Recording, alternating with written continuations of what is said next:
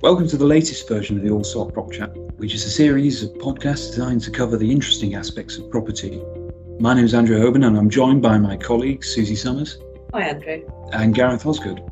Hi Andrew. And we're all valuers in the commercial valuation team at Allsop. So we're at the point in the year now where just over 70% of adults in the UK have been vaccinated with their first jab from COVID-19. We've got low COVID infection rates, and the predictions for economic growth in the UK may be the strongest since the Second World War. We can also now dine in restaurants indoors. Susie, Gareth, have you had your first indoor restaurant experience this year? I haven't, no, not yet. A timely question, yes. Yesterday was my first outing indoors. It's nice to see our high streets and towns having a bit of buzz back in evenings. Oh, definitely. It's all certainly looking a lot more positive now compared with this time last year. However, last week we saw the last of the Debenhams stores close their doors after 240 years of trading. If we wind back a number of years ago, you would have classed Debenhams as a tenant of really good covenant strength. It leads me to our first topic of discussion today, which is how we as valuers are getting to grips with the strength of tenants' financials in an uncertain market. Historically, we've always looked at accounts, but they don't always give us the best and most accurate picture of understanding how strong a tenant might be. So Gareth, what are your thoughts on this? How do you assess a tenant's covenant strength in this market? Thanks, Andrew. It's really the million-dollar question, and I think you're spot on there. Looking at accounts sometimes that are 3 years old is no longer relevant in the current market. For example, Topshop 3 years ago probably demonstrated quite good financials, and who would have thought 3 years on they would no longer be on the high streets? I think we need to look at a lot more data going forward in order to arrive at an accurate picture of covenant strength. Thanks. What sort of key indicators will you be looking at now to assess that?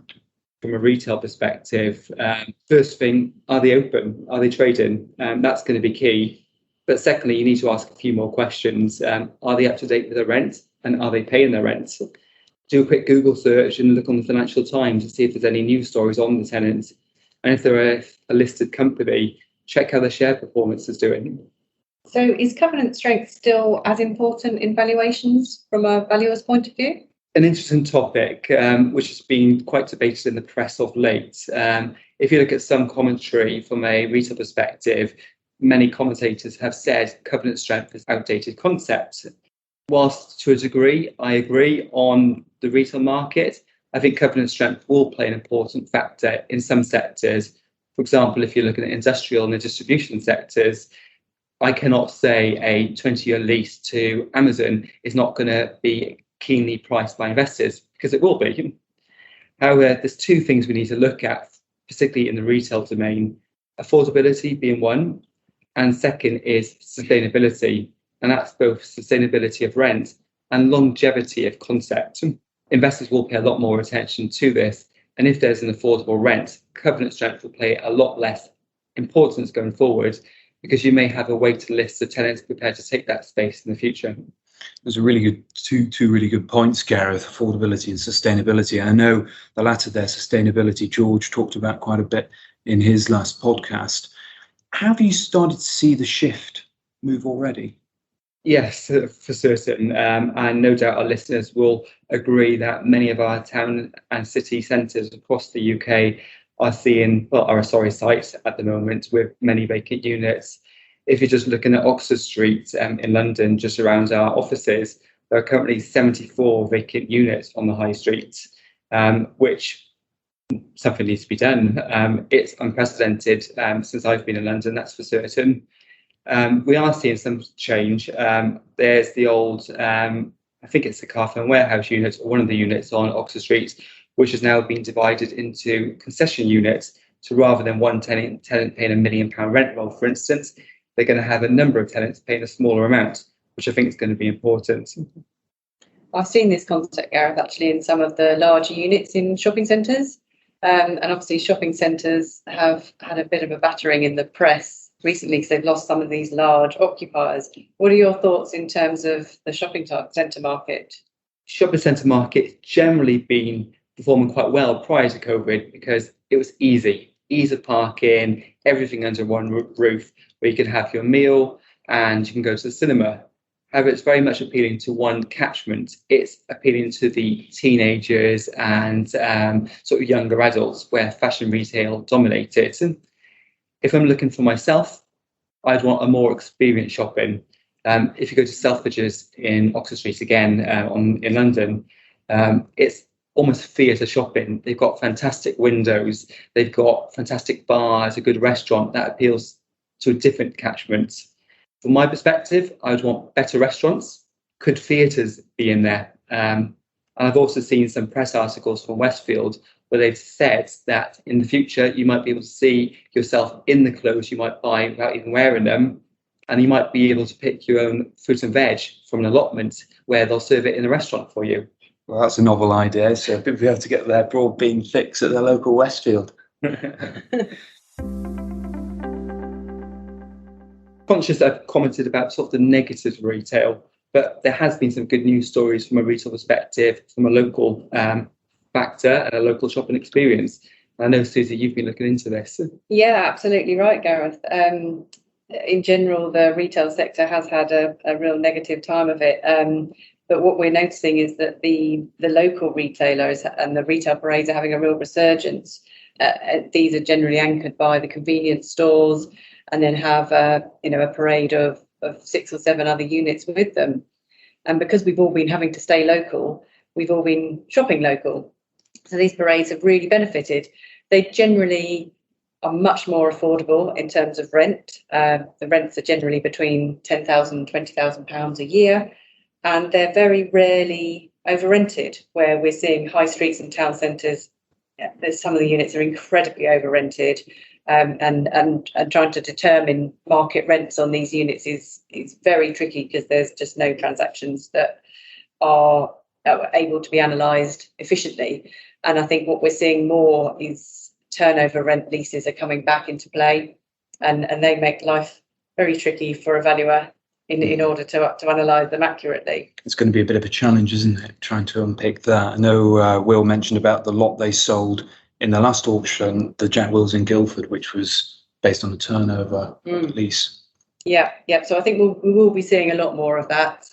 In terms of covenant strength that you talked about, Gareth, there's less emphasis on the covenant strength of the high street retailers. They're just not paying rent in every instance. The convenience-led retailers are paying rent. They try and keep up to date with rental payments. It is their livelihood at the end of the day. So they will be doing everything they can to keep up to date with their rents and liaise with landlords, get onto rent payment plans if necessary. So it's a much more sustainable income flow compared to other sectors of the retail market. Yeah. So some of our listeners no doubt will have fear from the retail market. There's been so much negative press. Yeah. Why would you suggest investing in local retail when the beds and shed market has had so much positive press? Yeah, it's a good question, Gareth. It's all down to return and sustainable income, really. The industrial sectors commonly, there are yields seen below 4%, whereas the local retailing yields are between 5 and 10%. So it's a lot more, there's a better return on your income. And also what makes these parades so attractive is that there's a mix of tenants throughout the day, a mix of customers throughout the day, because the tenant mix is so diverse. So you could be generally anchored by a convenience store, there might be a hairdresser, an estate agent on the parade, and then there could well be a takeaway which is open in the evening. So that brings the evening trade and the evening footfall. And generally the streetscape is neat and tidy, there's free parking, so it's very attractive for the consumer. I think one of the biggest changes that's happened over the past year that undoubtedly has helped that is the change to the planning use class system, which took place in September of last year, in that we've now got this new use class. And as you say there, Susie, about the different mix of tenants now under use class E, you've got A1 shops, A2 financial professional services, A3 cafes and restaurants, as well as gyms, assembly and leisure. The DTR all falls under class E, and I think that's undoubtedly going to have a big impact, I think, in terms of certainly local retail and in terms of our towns and cities. I quite agree, Andrew. But what do you think has driven this change in planning use?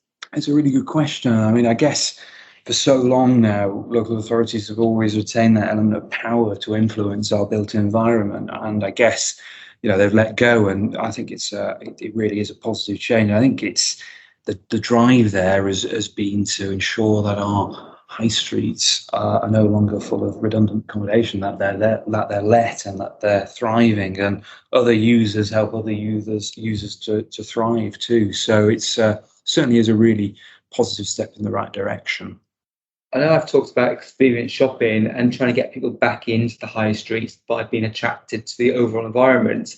My fear of this change is, are we going to have a fragmented high street where offices intercept the flow of retail? How can we prevent this?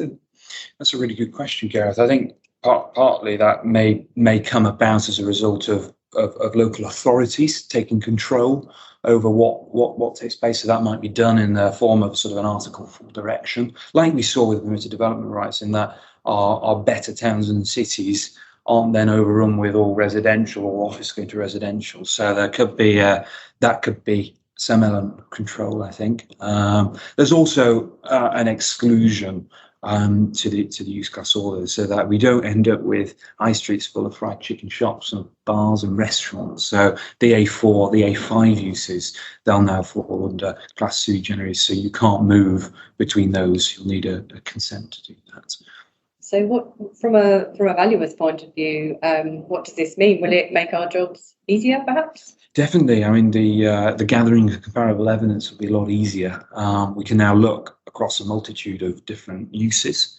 And I think that's going to probably also translate into a more saleable asset when we're advising on that for loan security, and also, I guess, could transfer into better capital value too. But it still is in its infancy. September of last year, there haven't been that many transactions taking place on a leasing nature. So it's certainly one to watch.